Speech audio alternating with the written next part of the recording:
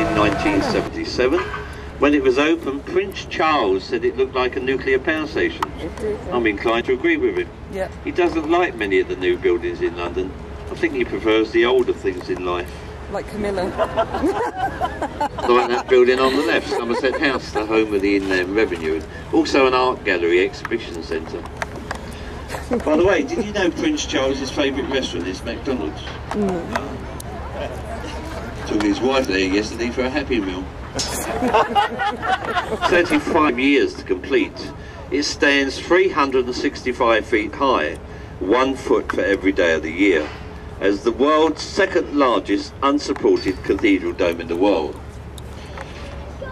Tombs, the many famous men lie in the building, including Lord Nelson, the Duke of Wellington, more recently Sir Alexander Fleming, and of course its creator himself.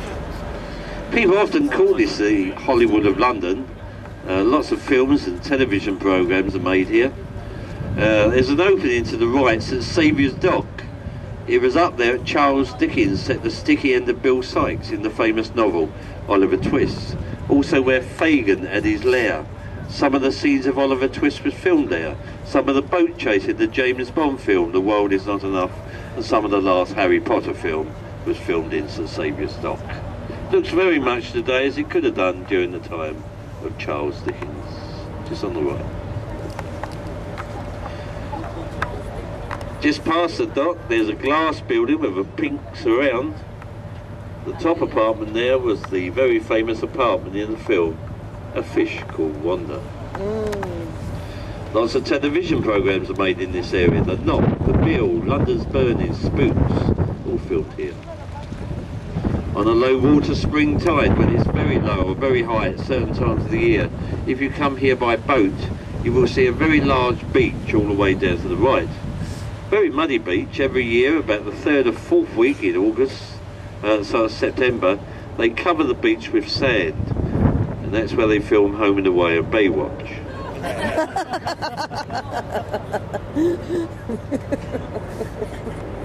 Oh, the Queen. Goodness. 8 years ago, people walked on the bridge and it moved so much, over a foot in each direction, they closed the bridge the following day for safety. It was reopened 6 years ago. It took 2 years and cost £5 million to solve the problem of the Wibbly Wobbly Bridge. Wibbly Wobbly Bridge. When they asked the architect, Lord Foster, what was wrong with the bridge, he actually said live on television, there's nothing wrong with the bridge. It's the way people walk in London. On the right, they've built a full-size replica of William Shakespeare's Globe Theatre. Built just like the original, a round theatre, built of wood, thatching on the roof. It was opened by the Queen 11 years ago. It's a lovely exhibition. The pyramid itself. Now, probably one of the most famous pubs in London, the oldest pub on the River Thames, is that white pub on the left, the Prospect of Whitby. That pub was built here in 1520 during the reign of King Henry VIII. It's been here through the reign of 22 different kings and queens of England. It was once called the Devil's Punch Bowl, once a halt for many famous smugglers and pirates, especially on Thursday night. Thursday was always karaoke night.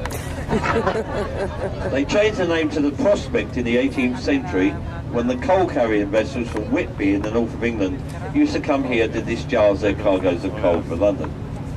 It was also, of course, halt for many famous artists. Whistler, Turner, often used to sit on that balcony on the left, painting all their lovely river scenes.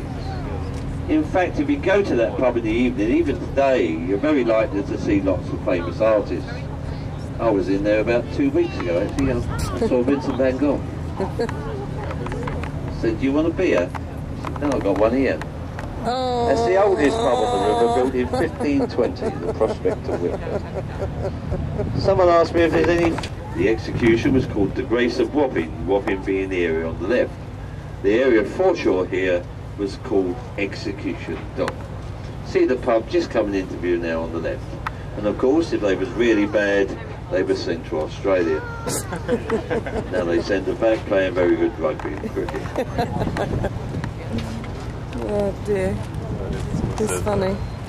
Built on the side of Execution Dock is the headquarters of the River Police at Wapping, the oldest uniformed police force in the world, formed by the East India Company for the protection of their ships right in the Port of London. It was later formed by John Harriot, Patrick Calhoun and Sir Robert Peel into what we know today as the Metropolitan Police.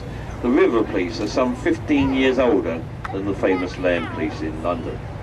And by the way, the last one of the last people to be executed here was Captain Kidd in 1701. Look at that, Hannah, behind him. There's 121 different types of fish now, including salmon. 40 years ago, nothing lived here. It was too polluted.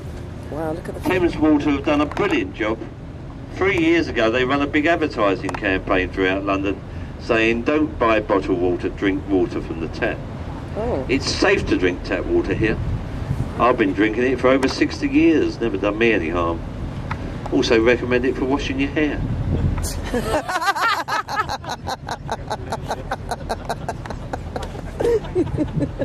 Can you really imagine 40 years ago saying to someone, I'm just going to pop down the pub and buy a bottle of water for £1? Yeah, no. No chance of winning the Ashes. I often wonder where all them fountains are gone. Remember them? Every town and village had a fountain. That's right. They're all coming back. There's an organisation now bringing the fountains back. In the past 2 years, they've reconnected 600 fountains to different towns and villages. And they hope by the year 2012, Beautiful. Olympic year, everyone can have a free drink in every town and village in this country once again. Isn't that good? Can you imagine, kannst du dir vorstellen, wie viel das kostet? Es ist Wahnsinn. The world's going backwards. Yeah. I remember when mums used to take their babies shopping, leave them in the pram outside the shop. Wow. See that now too? No, thank goodness. My mum never came back. Does anybody here remember short trousers? Put your hands up if you remember short trousers, come on. People don't believe you now, do they? When I was at school many years My ago, brother used to even wear in the them. winter, Yeah. every single school in this country, Yeah. you had to be at least 14 years old to That's wear long right. trousers. That's right. There was little kids in the playground, 6 foot high, hairy legs, short trousers. It's Amazing, true. isn't it? It's honest one, this is They were real boys in them days. That's right. We used to win the rugby, football and cricket. All down to the short trousers. There's a lovely pub on the left called the Grapes of Limehouse. Charles Dickens lived in that pub for 2 years. There's a lovely fish restaurant on the first floor of the Grapes. That's the Grapes of Limehouse, the old Dickens pub just coming up on the left. Limehouse, that's the area, used to be the centre of the Chinese population in London. This used to be the original Chinatown. The very first Chinese restaurant I ever saw in this country was in Limehouse in 1951. The Chinese have now moved to Soho in central London. There's still some lovely traditional Chinese restaurants here. They do all them very traditional Chinese dishes. You know, things like chicken ding. That's chicken cooked in a microwave.